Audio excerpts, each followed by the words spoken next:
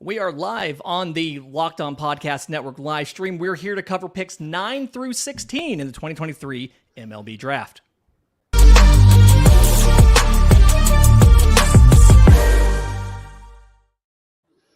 Welcome back to the Locked On Podcast Network live stream. We are here for picks 9 through 16 of the 2023 MLB Draft. I'm Lindsey Crosby, host of Locked On MLB Prospects. He's Jeff Ellis, host of Locked On Guardians. Thank you for coming over with us from the first stream. We are waiting for the Colorado Rockies. The pick is in. The commissioner is walking up. And so I do want to let you know that this Colorado Rockies selection at number 9 is brought to you by our friends at Game Time. Download the Game Time app, create an account, use promo code LOCKEDONMLB for $20 off your first purchase. Last minute tickets, lowest price, guaranteed. With the number 9 pick, the Colorado Rockies take right-hand pitcher Chase Dollander from the University of Tennessee. And so this is one of the top pitchers in the draft, a guy who was considered to be probably the number 1 arm entering this season. And just his stuff didn't look the same. He didn't have the same results in 2023 that he had in 2022. And I think some of it was just less effectiveness with his slider. The stuff itself is fantastic, though. Jeff, what's your thoughts on Chase Dollander to the Colorado Rockies at pick number 9? I like Chase Dollander. I'm not sure how I feel about him to the Rockies. Pitching development has been a bit of a bugaboo for them. And with Dollander, you got to try to get his slider back. I don't know if he changed his grip, if he changed a release point. I haven't done the deep dive on it, but things obviously changed because he was the 1B or 1A in this class. I knew people who thought liked him more than Cruz. So I appreciate the value. I just don't know. Maybe I'm being unfair to Colorado, but development for pitchers, they've taken kind of safer guys. They haven't taken these kind of big velocity guys. Gabriel Hughes a year ago, Kyle Freeland, that's been their more successful type. Dollander isn't exactly the type of guy that's actually worked as well for them. Yeah, and kind of illustrating some of the issues, he had a 296 slugging against the slider in 22, and it jumped to 582 in 2023 to kind of give you an idea of some of the struggles. I do think his stuff itself it's still really good stuff, right? The fastball still sits 95, 96. He can touch 98 with it. The slider's still in the mid 80s. The spin is still there on the slider, the spin rates and things like that. Some of the issues you see for Chase Dollander, and the question or the thing that Colorado has to fix is the fastball doesn't have as much carry. The slider's movement isn't as sharp, right? Like it's just not as effective as it was. And so the swing and miss is down on those. The results were different. Is it a simple mechanical change, or is it some sort of specific issue? That's what you have to figure out if you are the Colorado Rockies. Now, I do think the change up the curveball, they give you some additional weapons. I like actually watching him throw. It's a really good delivery. It's clean. I don't think there's a ton of injury risk from the mechanics alone. It's just anytime you have guys that throw this hard, the question is definitely going to be, how do you fix him? And is that something Colorado can do or not? Yeah, and it's kind of interesting having him and Rhett Lauder here, right? Because they're both 6'2" righties, which, I've been doing it long enough where I remember a decade ago, if you were under 6'3", you were undersized, and that you would be more of a mid to late second half of the first round pick. So yeah, it's interesting to see him here. I agree. He's fun to watch. There's good stuff going on. I wonder what's going on in the Tennessee program a little bit with his regression, with Chase Burns jumping to the transfer portal, if there was just some things that didn't go quite as well this year pitching wise. But it's a worthwhile gamble. I just wish that maybe a team that I felt more trustworthy in pitcher development was doing it. Yeah. Okay. So Miami's pick is in. They're picking at 10, and here, to me, it feels like it's some sort of infielder, Jacob Gonzalez, Colin Houck, somebody like that, as far as what might happen here. Maybe Tommy Troy on an underslot deal, but it really feels like it's an infield. I just don't know if it's going to be a college guy, a prep guy. What exactly is going to happen here for Miami at 10? So I had Matt Shaw in my mock because he felt like a guy there. Tommy Troy also felt a little bit like a guy who would be their style. Braden Taylor still being there. You know, he was a guy rumored to be. We're not talking Miami. I'm talking the Angels because the Angels host asking questions. Miami, you know, they were so super safe a year ago, and it blew up in their face. Yeah. They've been kind of all over the discussion here. They've been so good at pitcher development. It makes one wonder if Noble Meyer will be the guy, just because they do development about as well pitching wise as anyone right now. Would be the first prep pitcher off the board. That'd be really interesting to see. And this is something, like you said, if you're a GM, and this is Kim Ng, I think this is her third or fourth first round pick, does having somebody like your first round pick last year struggling like he is, does that affect your pick this year? Is it something where it should affect it? Does it affect it? Or can you ignore that and just take who you think is the best player based on your model? Yeah, but their model's been like weirdly changing throughout the years. It's kind of what I've noticed. Like, they're a hard team for me to project because it feels like they bounce around. They were like one of the most, you know, you look at Max Meyer was a pretty maybe they just like guys named Meyer, but he was, you know, another kind of risky pick just because the Big Ten isn't a big program. But Barry was so safe that I don't know. Yeah. All right. So I'm going to give you your flowers here. The number 10 pick is in with the number 10 pick. And thank you to our friends at Game Time for sponsoring this pick. Download the Game Time app, create an account, use promo code LOCKEDONMLB. It's worth it. Trust me. With the number 10 pick, the Miami Marlins have taken right-hand pitcher Noble Meyer out of high school. He's an Oregon product. He is the first prep pitcher off the board this year. And something where, to me, this was the real wild card, right? We didn't know where he was going to go. And I think that there's a lot of questions about like how far he was going to fall. And I'm glad that he didn't, because I think Noble Meyer's a really talented pitcher. It's just, this is the riskiest type of profile, right? And Yes. and so what is it like? Tons of upside. Tell us a little bit about what Noble Meyer can do well and what he needs to work on. He needs to work on everything. He's a prep pitcher. In fairness, you know, he's a big guy. He's 6'5". The fastball is, you know, he's your prototype. He's got the good fastball. He's shown 3 other pitches. I have him 23rd on my board because I just don't believe in taking prep pitchers in the first round, or at least early in the first round.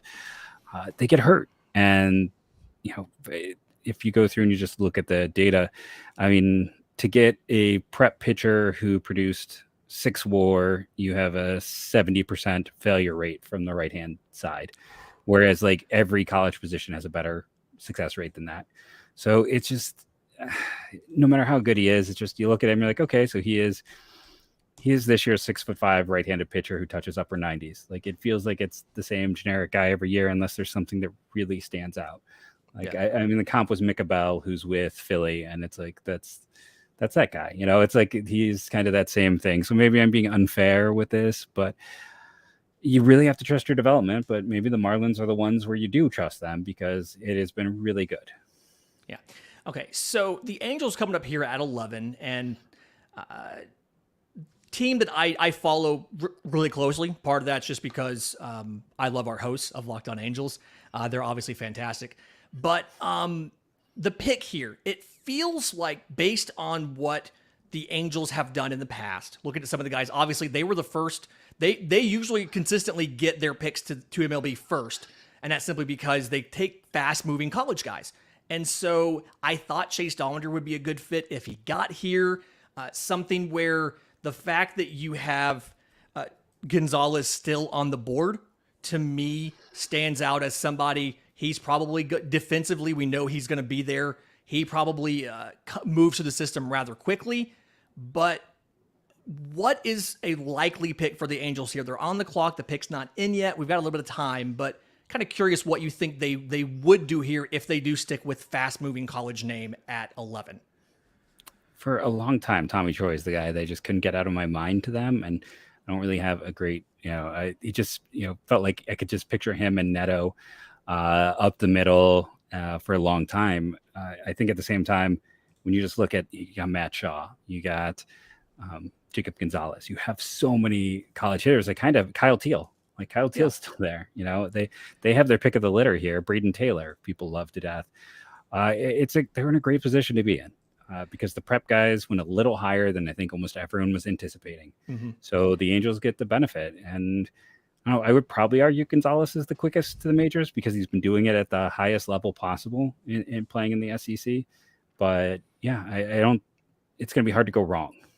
Yeah, and two names that I want to throw out there. The pick is in. They haven't come to the podium yet, but two names guys that I've seen rising up the boards really quickly since the season ended. So I feel like this is probably the first opening you would have to get these guys into the draft sooner. Is Chase Davis from Arizona and Nolan Shanwell from Florida Atlantic. That's the guy I've heard connected with him for about the last week. So I'm curious to see. Okay, so the number 11 pick is in. Thank you to our friends at Game Time for bringing us this broadcast. Down the Game Time app, create an account, use promo code LOCKEDONMLB. With the 11th pick, the Los Angeles Angels have picked Nolan Shanwell from Florida Atlantic, and they announce him as a first baseman. He's played corner infield. He's played some outfield as well. He is the pick for the Los Angeles Angels at number 18. Okay, so really versatile talent. I feel like he can be competitive at third base. He can play first. Again, he can give you a left field or a right field. To me, this is an offensive first guy, though, right? Very powerful, very productive. I have questions about how quickly he'll be able to move through the system because he's, in essence, jumping two competition levels, going from FAU to the minors to the majors. But I had those same questions about Zach Neto coming out of Campbell, and he made it to the bigs in about 1 year. So what have I left out of Nolan Shanwell here at 11 to the Angels? So when I look at a small school guy, a very important part of it is how you perform in the Cape. And he was bad. He struggled to hit 200 in the Cape. And that is a huge red flag. I went through and I was trying to find examples of guys who struggled in the Cape and found success in the big leagues. And there aren't a lot of them. And you're talking about a guy who's already first base only. And then you're talking about a guy who had poor performances in a wood bat league facing elite competition. And yeah, he put up video game numbers, but it's funny because Cam Fisher did as well, but we won't hear Cam Fisher's name called tonight. And they played in the same conference, and Cam Fisher had an OPS over 800 in the Cape. But he's an unathletic first baseman who feasted on it, put up, ridiculous numbers against bad competition. Listen, I'm 40th. I'm not a fan. Like, I know people say he's an analytic darling. He's not, because you have to do it across. Just putting up good numbers doesn't make you an analytical darling. Put up good numbers against bad competition. When he faced good competition, he didn't perform as well. And that's why he was not the guy that was ever going to be for me. Yeah. Career strikeout rate, 7%, overall contact rate of 89. And I've noticed, you talk about some of the analytic stuff where people fall in love with him and people like him. I noticed that some of the common advanced metrics people like to look at, in zone contact, swing and miss against fastballs. He does really well in some of those metrics. 94% contact rate in zone, pretty high number. Fastball contact rate, 97%. And then he doesn't chase a ton. So I think that's some of where you see people project out, talk about him being an analytical darling. That's kind of what they're talking about. But again, like you said, I do have questions because he's already limited to corners, whether it's infield or outfield. He is a good defender at first base. Like, he's not fast, not super athletic, but he is a good defender at first base. It's just he doesn't have a lot of top line speed, and so that kind of makes a question about what's the ceiling here on what can he do on that. But either way, we'll see what happens. I do think some of this may be related to money. I do think the slot value is $5.25 million on this pick, and this does feel like something where you can get him for less than the slot value. The Angels pool is only $8.3 million. So this is an opportunity. If he takes 4.5, you're saving a significant amount of money that you can use other places in the draft. All right, Jeff, the Arizona pick is in. We've got a minute here before they announce it. For Arizona at 12, what are your thoughts on what they need, who's available on the board, what's the best combination of talent there? To me, it's Matt Shaw is the guy. If not him, Tommy Troy is number 2. Those are just 2 college players. They're both top 10 guys for me. I think you maybe are switching to instead of, they've been a high ceiling team in the past, but they might be going for guys who can kind of help a little quicker with this current core playing as well as it has. Not saying these guys are going to help this year. I'm not saying that at all, but guys who are going to move, a college guy can get there in 2 years. A high school guy is often 5. So just looking at kind of that you're looking at like one of these guys, maybe more Troy than Shaw, just because the Pac-12 is a little bit better baseball wise than Big Ten. And I think Troy moves quicker than Shaw. So if you want the fastest moving guy, you go Tommy Troy. If you want more ceiling, you go Matt Shaw. Yeah, Tommy Troy's a guy that I was thinking about here as well. And I know that he's not listed on my best 9 available that's on the screen right now, but he's a guy who I legitimately, it makes sense. We've heard rumors about Colin Houck here as well. We've heard a little bit of stuff about Tommy Teal with the Diamondbacks. That one, Teal's range of outcomes feels a little bit different than some of these guys. I don't necessarily think they're going to go with like a high school shortstop or something here. I agree with you. It feels like a Troy or something like that. Rob Manfred's coming to the podium now. So the number 12 pick in the draft brought to you by our friends at Game Time. Download the app, create an account, use promo code LOCKEDONMLB. At number 12, Tommy Troy from Stanford is the choice for the Arizona Diamondbacks. And Tommy Troy, to me, is a guy that you could see at third base or at second base. I feel like he has some versatility. I don't know if he ends up being able to stick at third, but I feel like he could do both. Second base probably where he is, though. But he feels like a plus hit tool. I don't necessarily know how much power, like how much this power ceiling is, but the hit tool is really good. We've seen him do really well in college dealing with velocity, which is what this modern game is about. He did play some center field in the Cape in 2022. And then, I mean, it's possible that his power could be higher than I'm giving him credit for. One of the comps that I've seen, and again, I'm not huge on comps because you know how that kind of works, but I've seen talk about the kind of game like a Brett Boone had. What are your impressions of Tommy Troy? How off base am I on here? What's the fit in with this Arizona team? I think it's a fantastic pick. Sad we don't see any Diamondbacks fans in our chat, because I just want to say I think they made a great move here. One of those stats that is not talked about as much is BABIP, batting average of balls put in play. And when you talk about the pro level, we talk about how that's a sign of luck. Well, when it's lower level competition like college or the low minors, that's a really positive sign of contact, positive hit tool, ability to make good contact. Tommy Troy has some of the best BABIP rates in the country the last 2 years. He hit 396 and 422. That shows me a guy who's probably going to have at least an above average hit tool, maybe plus. I think he's, runs better than he gets credit for. Maybe a 55. I don't necessarily think he's plus. Maybe a 55 power. He does everything at about a 55, and that's really good. Now, that may not sound like a star, but that is a borderline star player. And yeah, he can play third with his arm, or you can put him at second base, try him in center field. Why not? But he just gives them such a range of possibilities, positive reports on him, and just kind of being a hard worker, dirt dog type. But yeah, I believe in that hit tool a lot. Like I would give him a 60 grade potential hit tool, and then think that he's going to, I had him 7th on my board. I think the Diamondbacks got a steal here.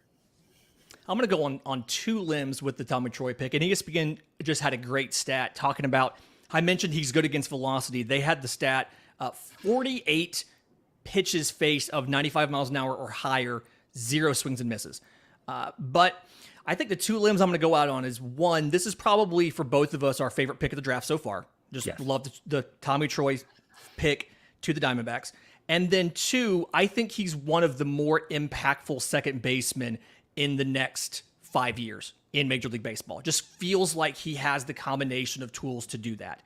The Chicago Cubs, they are on the clock. The pick is in.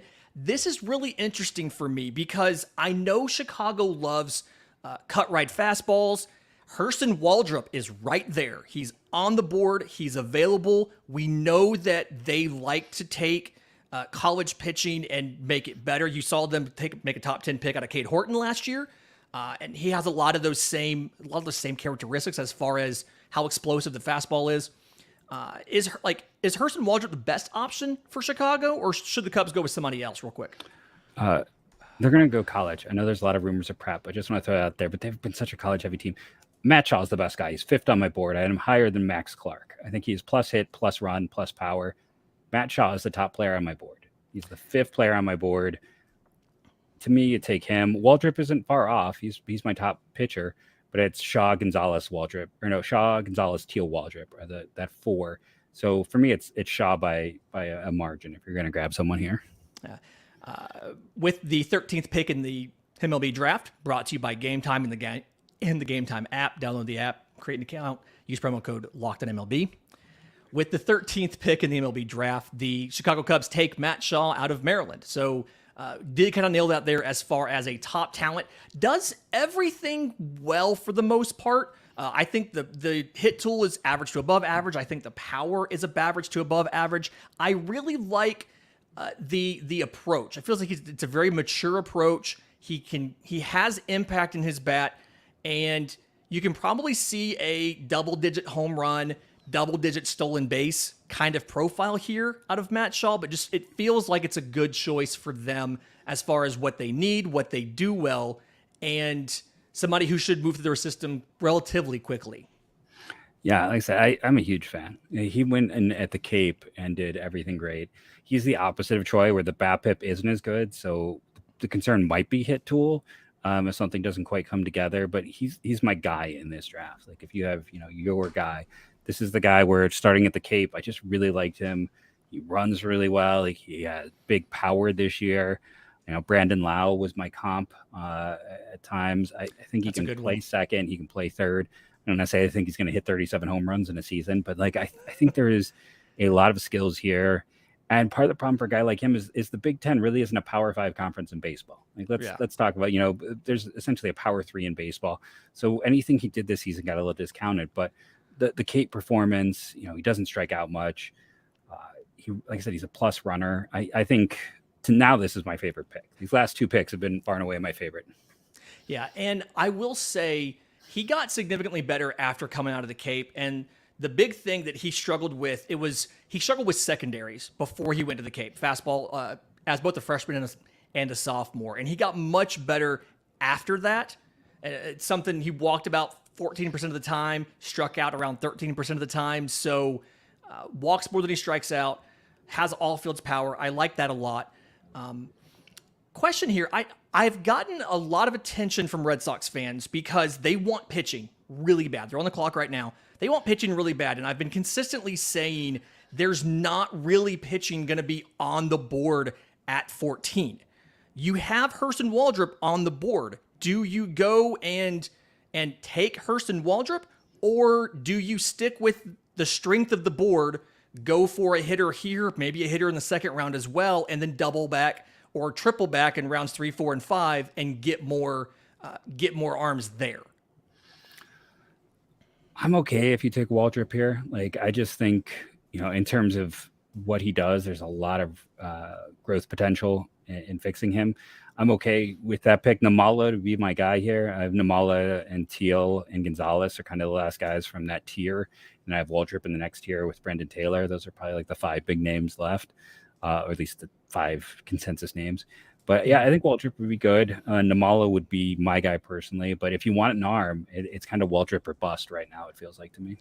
Yeah, and that's kind of the issue you have at this part of the draft. And the strength of where everything broke out in this draft is just there's just so many hitters. And to refresh everybody real quick while we're waiting on Rob Manfred, part of the reason you have so many hitters available out of college right now is because this is the draft 3 years after the 2020 draft. That was only 5 rounds instead of the traditional 20 or more. And so many prep players that have signability questions, those are the guys that you would see go after the 5th round. Anybody from the 11th round on, if they don't sign, you don't lose pool space if they don't sign. And so you have more flexibility to take a shot and throw some money at a kid while not getting punished if they don't sign. So a lot of those prepsters went to college, and now this is the draft you get from that. This is all impacts from the COVID year. You have a ton of hitters, and the arms it's a combination of natural attrition that you always see in pitching every year. Especially the college ranks, it feels like we start the year with twice as many possible first rounders than you actually end up with when the college season's over. But I do like their options to take some of these hitters. Like you said, Namala, he'll still be 17 on draft day, one of the youngest players in the entire class. And it feels like the potential impact there. 6'1", 170, the bat speed's really good. The raw power's been surprising. And it feels like this is the highest ceiling guy you could take right now if you're looking at position players. Question is, what is Boston actually going to do? I don't think we know because they have a new scouting director in charge of the draft this year.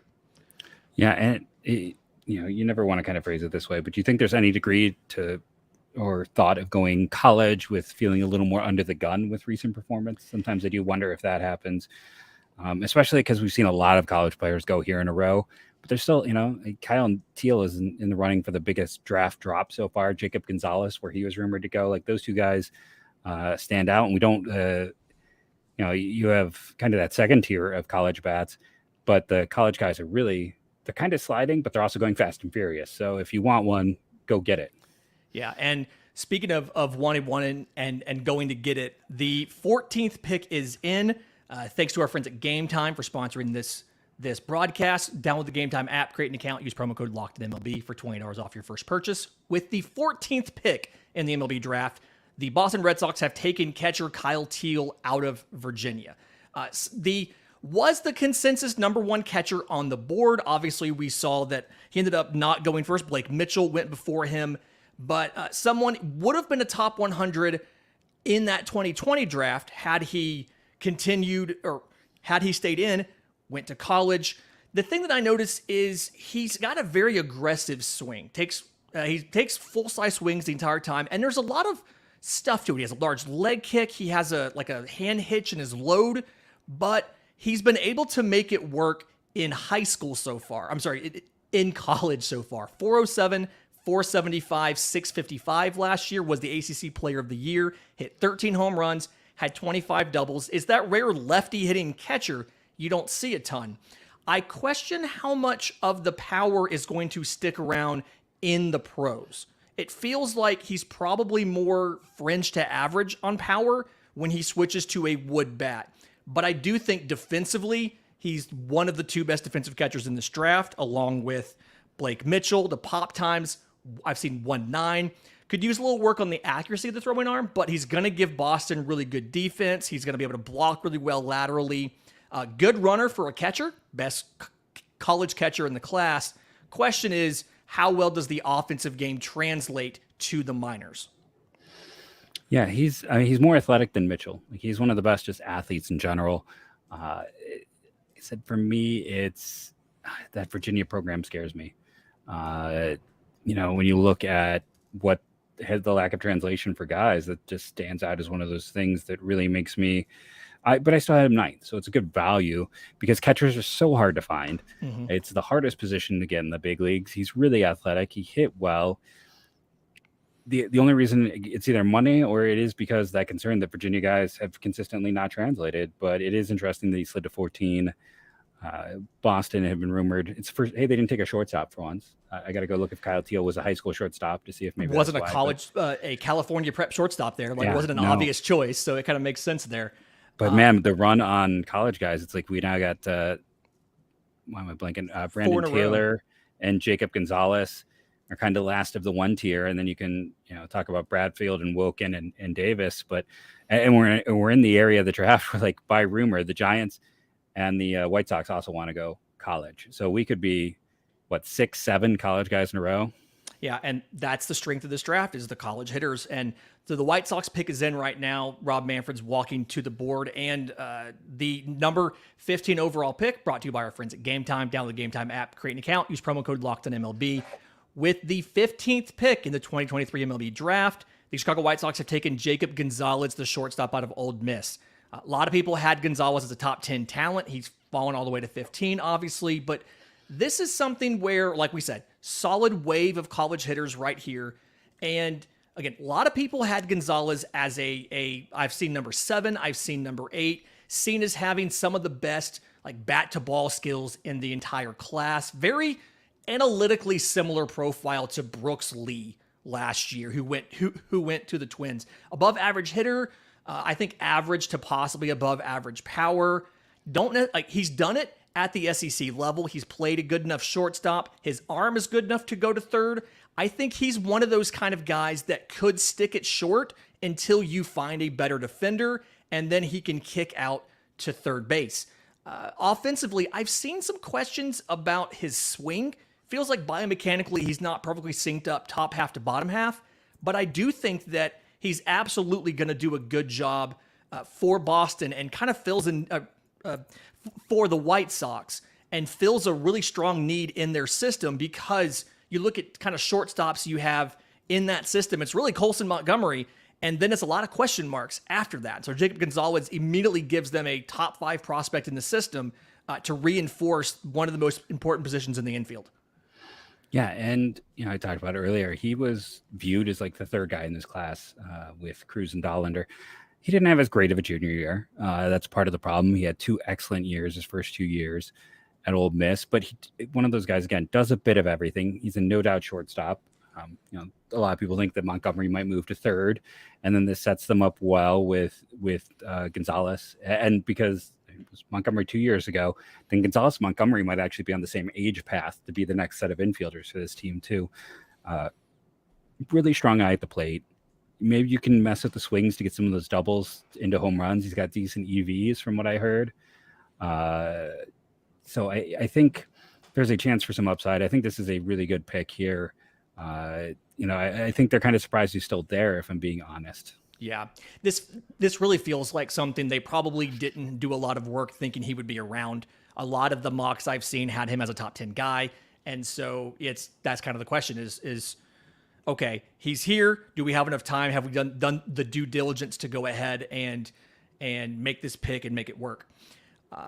So the San Francisco Giants are on the clock, and I've heard a lot of times that they've worked with Walker Martin.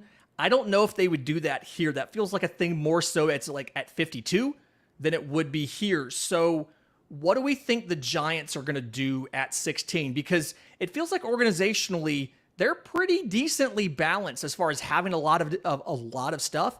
And we mentioned earlier they've lost some people out of their front office, so it's kind of uncharted territory here for the San Francisco Giants. What do we think they're going to do? Well, their first round picks have been college. That is the one thing they've gone. They have gone college. It'll be interesting to see if they do want Walker Martin. Do they go a little under slot? I mean, you do have Bradfield, Wilkin, Waldrop, and Taylor amongst that college grouping. Could they look at someone like, I really like Bryce Matthews, who's maybe, or Jack Hurley, if they're trying to do a saver so they can get, because Walker Martin is roughly viewed in this range anyway. So maybe they try to get one of these college guys and come back and get him with a promise deal. The smart move would be to take one of the prep guys, or think they're going to prep one of the college guys here, and expect them to take him. Though I think Namala is my highest ranked player right now. Same. So after him, it's the college guys. I think it's Braden Taylor and Hurston Waldrop are the top 3. I'm trying to think pitching development. They're doing a good job. Waldrop would kind of be good here. Yeah. Well, I've got a kind of a curveball here. What if they went with a guy like a Bryce Eldridge? Something where whenever I see a two-way guy, I always think Atlanta, because that's kind of, they like those athletes, they like those two-way guys, and then they end up pushing them one way or the other. But I had Bryce Eldridge pretty high on my board, and I mean, 6'7", best two-way prep we've seen in a while. If the Giants were to take him here, is that a money thing? Is that a talent thing? How do you think that would work out? Well, for me, I wouldn't be a fan, because 6'7" guys more often than it's like a less than 20% success rate. Like Aaron Judge is the exception, not the rule. Right. It feels like it's the right money range, so it wouldn't really be savings. It would be an interesting curve. He has been linked there before. It'd be a change in their approach, which happens. As a Guardians fan and seeing guys slide, I'd be excited, because again, I think he's got big power, but he's not a great athlete. So he might be a first baseman. He's definitely not a pitcher. When we get to the Guardians pick, I'm going to kind of just like introduce it and then just step back and let you have fun, because obviously you host Locked On Guardians. This is kind of your thing here. The San Francisco Giants pick is in. We're waiting on the commissioner to walk to the podium.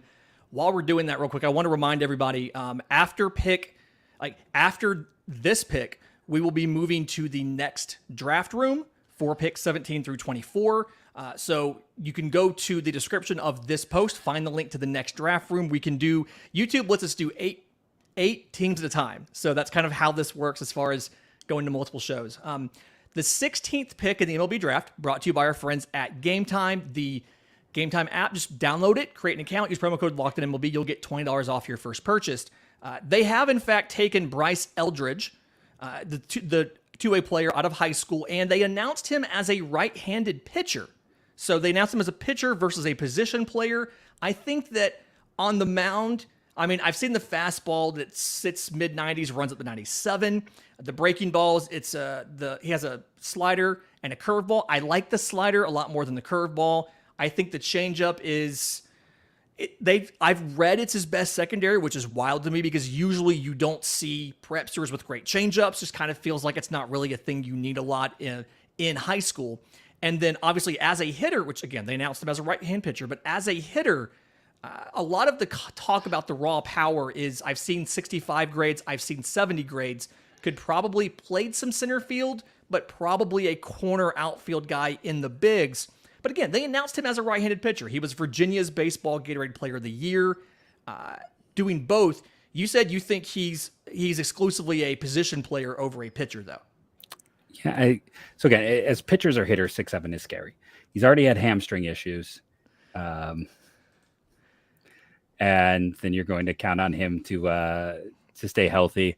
He's fastball slider, that changeup. Yeah, the secondary pitches come and go. I just, it's not for me.